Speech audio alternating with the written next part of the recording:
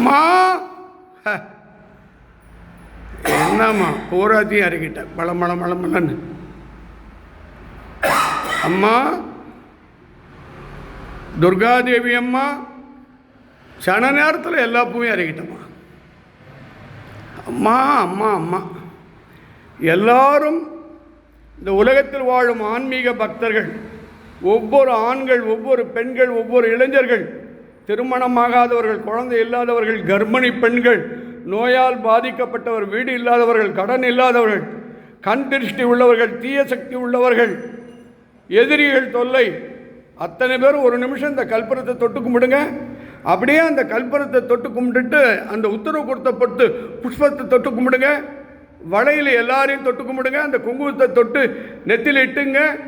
அப்படியே பத்திரகாளி அம்மனை பாருங்கள். உங்கள் வேண்டுதலை மனசில் வைங்க.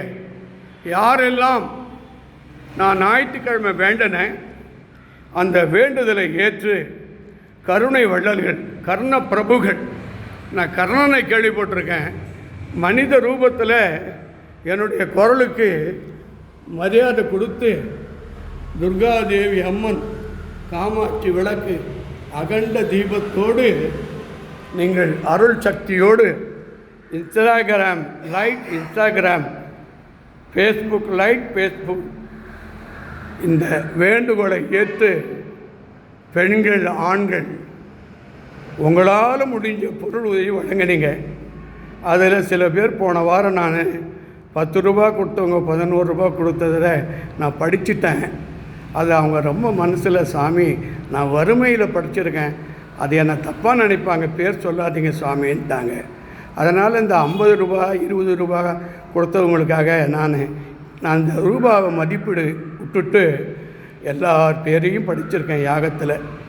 அதனால் இந்த பூஜை உங்களுக்கு நிறைவாக அருள் கொடுப்பாள்.